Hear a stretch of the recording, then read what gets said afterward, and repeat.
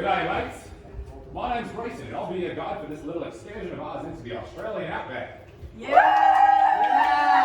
All right then, is this the tour group from Ohio? Yes, we're from the Toledo, Ohio Academic Department, the TOAD. The TOAD. You guys are from the Toad? Yes, I suppose we are. Well, alrighty then, let's get these little tadpoles out into the wild. Welcome everyone to the Outback Nature Observation Tour, or as we like to call it for short, the Oh No Tour. Oh no. Oh yes, and this here is our trusty vehicle, the Outback Habitat Navigational Operator, or as we call it for short, the Oh No. So we're going for an Ono on the Ono mobile? Now you've got it. Sounds promising. Make sure to follow all of my instructions, and most of you will probably keep your limbs. Alright everybody, load up single file, no pushing. Remember you have your brochures if you want to look anything up.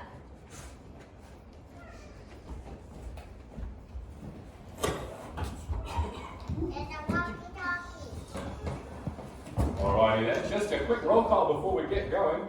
Is there Sam Elkins? Here. Mrs. Johnson? Here. Oliver Snodgrass? It's Ollie. Oh, gotcha. Is there Wendy Dyson on board? Here? No you're not, you're there. I'm here. Oh, wow. There. Wow.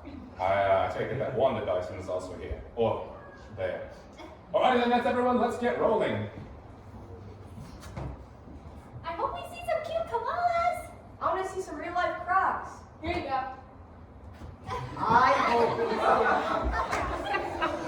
I hope we see a 5-star hotel with room service and AC.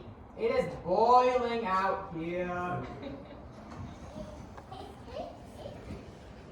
Well, things can heat up to about 45 degrees Celsius here in the Australian outback, which is about 112 Fahrenheit for you Americans.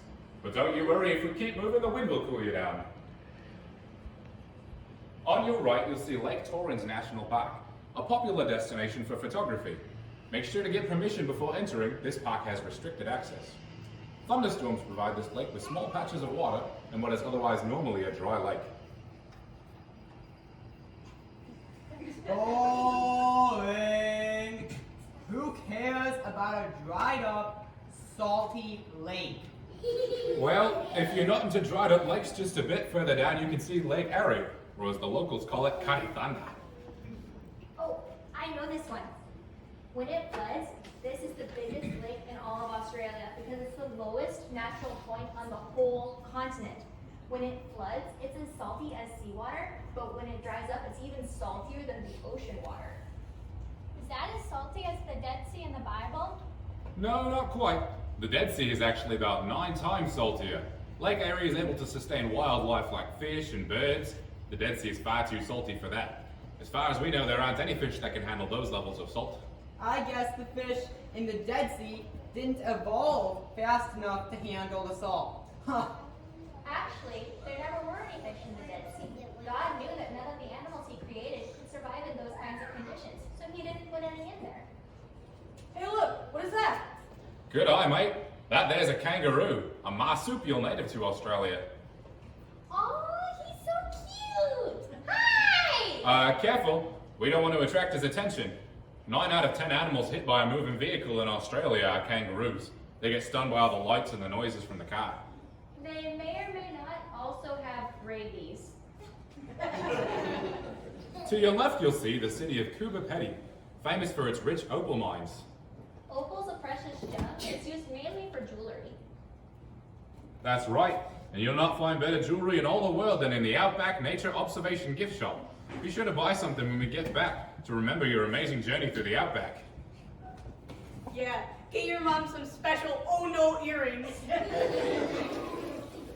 Oh no! That's what I said. No, not oh no! Oh no! I'm confused.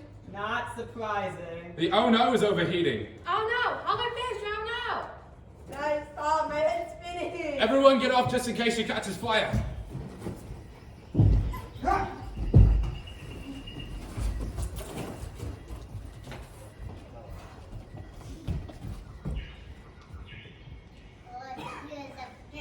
Well, that's not good.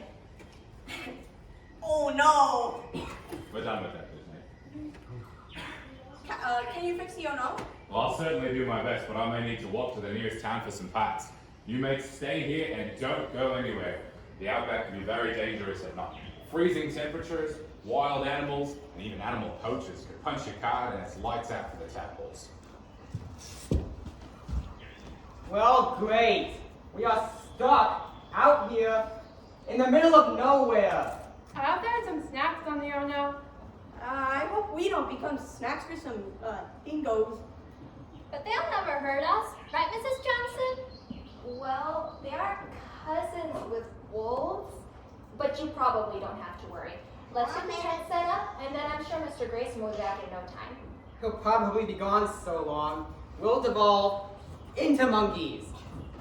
Don't be silly, Oliver. We can't devolve into monkeys. We never evolved from them to begin with.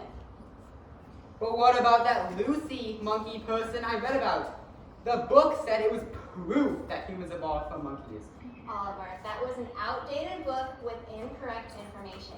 They proved later that Lucy was just a regular monkey. Okay, but what about all the other examples it gave? Most of those are just monkeys too. Some of them were human bones that they claimed were part human and part monkey, so they could try to prove evolution. They were trying to make the evidence prove the theory of evolution instead of letting it prove facts. The truth is, when we look at our world and the things we find in it, it shows that God created everything. The Bible says that God created everything in 6 days, and the evidence shows that's true. Okay, I guess. Let's get the tent set up and then we can talk some more.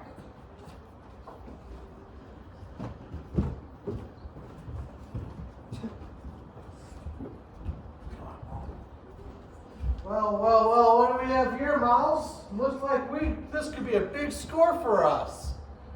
These Yanks here look stranded, and I bet they got some mighty heavy personal belongings and money. It'd be awfully nice of us to relieve them of this heavy burden while they're stranded out here, wouldn't it? Yeah, Dad, mighty kind. You keep an eye for that tour guide guy while I go look for their valuables. Oh, look, a GPS. That'll be handy.